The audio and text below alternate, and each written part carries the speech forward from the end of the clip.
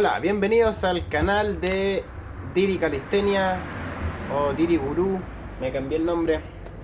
Hoy día tenemos la reseña, digamos la sensación que me deja este libro de un psicólogo, Jordan Peterson. El libro se llama 12 reglas para vivir. Vamos a hacer una pequeña análisis. Bueno, obviamente todo este libro está desde la óptica de una persona que sabe mucho de la naturaleza humana, un psicólogo con mucha experiencia y que se ha enfocado sobre todo de alguna manera, en la naturaleza humana aplicada en la sociedad. El libro 12 reglas para vivir, como su nombre lo indica, son 12, por así decirlo, lecciones que explica con mucho detalle, incluso con experiencias de sus pacientes, ya que él trabajó de psicólogo clínico, experiencias propias, experiencias que vio de amigos y cosas más que fuertes, cosas muy reales y obviamente fuertes, porque al final algo fuerte no necesariamente es algo terriblemente trágico, terriblemente como conmovedor. Es algo que nos afecta a todos y por ende tenemos cierta cercanía y es fácil empatizar con eso y sentirlo. ¿Ok? Bueno, tampoco voy a detallar las 12 reglas, pero sí voy a mencionar a grandes rasgos los temas que toca. Toca mucho el tema del miedo. De hecho, vamos a leer eh, parte de la introducción, que no tiene una introducción este libro, esta edición. Bueno, empieza hablando un poco de cómo funcionan las cosas. Apareció el perrito. Primero que empieza explicando cómo se constituye de alguna manera lo que nosotros entendemos como sociedad. Tenemos que entender que la sociedad actual es el resultado de las anteriores. Un concepto que uno puede ir como cruzando, triangulando con otros autores. Por ejemplo, uno de mis favoritos, Carl Jung, él hablaba de la conciencia colectiva. Podemos entender la conciencia colectiva como los rastros o los aprendizajes, ya sea de manera como parecida a los traumas o a actos reflejos que quedan como en la especie, porque así como que se ha podido como sobrevivir la especie. Así es así de simple. Entonces, lo primero que empieza el libro es como explicando cómo funciona la sociedad en general, habla de la cultura, de la importancia que tiene la cultura y de que por qué los cambios tan bruscos, como puede tener, no sé, una ideología que surge en 30 años, está no destinada al fracaso, pero sí va a provocar una coyuntura de la cual no sobreviva, como ha sido el caso del comunismo, por ejemplo, o del fascismo, porque no venían por la línea histórica. Pero sí fue el caso, por ejemplo, del feminismo de primera y segunda ola. Sí fueron cambios fuertes, uno puede decir revoluciones, que se sumaron al comportamiento lineal que venía produciendo la sociedad en cuanto al rol de la mujer, etcétera, y que existieron, lo cual es sano. Es súper bueno proponer ideas, a ver si resultan y si no funcionan. El humano por su naturaleza no puede estar estático. De hecho, las especies en el planeta tienen incorporada la función de las mutaciones para ir generando cambios y que las que no se adapten a los problemas mueran y las que produzcan el cambio vivan. Por ejemplo, las jirafas que no producían un cuello largo para alcanzar los árboles morían porque se quedaban sin alimento. Así se va formando una sociedad. Eso como punto de partida. Ahora, el libro también habla mucho de el caos y el orden. Esos son los temas centrales del libro. Básicamente crea esta tipología, arquetipiza, digamos, las cosas que no controlamos versus las que sí controlamos en orden y caos. El orden, para Jordan Peterson, es las cosas que no nos abruman en el sentido de que no son desconocidas, son cosas conocidas, que pueden incluso dañarnos, que pueden hacernos bien, pero están, digamos, dentro de la zona de confort. Y el caos es toda esa área que está fuera, esa nube, que es lo desconocido y por ende fuera de la zona de confort.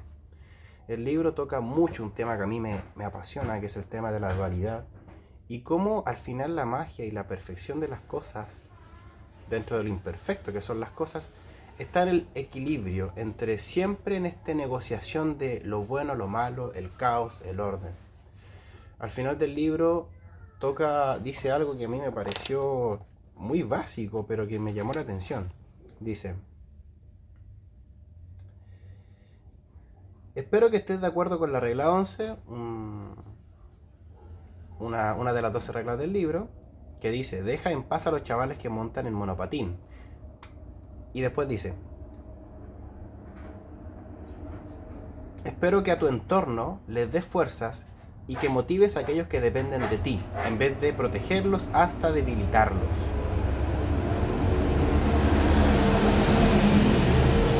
Y me parece muy curioso cómo la existencia se ordenó de tal forma en que todo se mueve siempre en función de su negativo.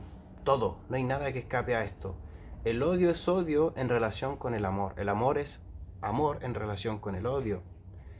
La luz es una relación de no oscuridad y la oscuridad es una relación de no luz. Podemos entenderlo todo así, el amor. Y cuando tú entiendes esto te das cuenta de que al final lo que tú quieres ser o debes ser, más allá de como lo social aceptable, tener un trabajo, encontrar el ikigai, etc., tiene que ser integrando la porción positiva o políticamente correcta, que es lo bueno de las cosas, pero también la porción negativa. Por eso digo que es genial cómo se cruza la información. Lo que pasa es que aceptar esta dualidad de las cosas es desidealizarlas y aceptar lo imperfecto de las cosas. Yo puedo ser una persona que inspira a muchas personas, pero también he tenido la capacidad de humillar a personas, y yo he humillado a gente en mi vida. Yo he mentido, pero también he sido muy sincero. He destruido cosas, pero también he creado cosas. Y no hay que alarmarse por escuchar esto. Yo puedo ser muy generoso, pero también puedo ser muy egoísta.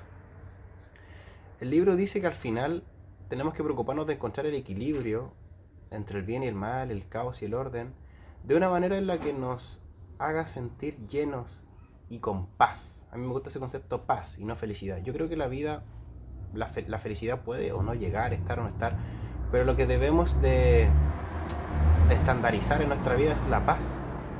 Deshacernos de la culpa en el sentido de que no vamos a apagar esa función de culpa, porque la culpa es una emoción que sirve para mejorar. Pero darte cuenta de que si hay algo que te provoca culpa, hay algo que tienes que hacer. Hay una tarea. Creo recordar que en el idioma alemán la palabra culpa se traduce como deuda. Y si entendemos así la culpa como una deuda, como algo que hay que hacer, te estás movilizando. Las emociones vienen de su origen por la palabra de hacer, de ejecutar una acción. Y por ende, de manera muy simple, podemos entender que sentirse en paz es sentir que estás haciendo lo que tienes que hacer. Una persona responsable es una persona que dice: tengo que hacer esto. Y cuando no lo hago, surge culpa, resentimiento hacia uno mismo. Y eso es lo que fomenta el libro. Te da como una especie de instructivo, algo así como paquete de comportamientos, a grandes rasgos, obviamente. Entonces hay que aplicarlo y fusionarlo con lo que tú entiendes de tu vida, tu universo, para hacer el bien. Y sobre todo el libro te dice a lo que te vas a exponer si no lo haces, que es un verdadero infierno. Usa temas muy simbólicos, como el tema de la religión cristiana, la Biblia, y te habla de eso, de cómo se deben mover las cosas, los engranajes de la vida. Y recomendado, sí, de todas maneras. De todas maneras, creo que es un libro que viene un poco a reemplazar lecturas más profundas y más extensas como la Biblia. O sea, el libro pasa citando cosas que salen en la Biblia. Podríamos decir que es una versión como resumida, más un enfoque psicológico contemporáneo. Puede ser. Yo al menos me crié en una familia cristiana, por ende muchos de los conceptos de los que aquí he visto, los he visto y he escuchado toda mi vida. Amo a tu prójimo, etc. No es nada nuevo, pero es algo que es tremendamente fundamental y básico. Eso, un muy buen libro, me gustó.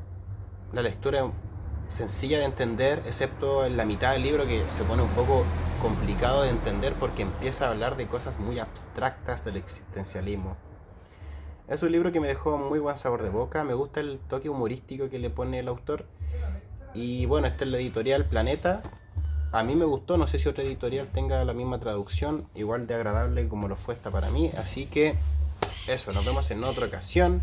Un libro muy recomendado, habla un poco para estas personas que están como perdidas, que no saben qué quieren hacer con su vida.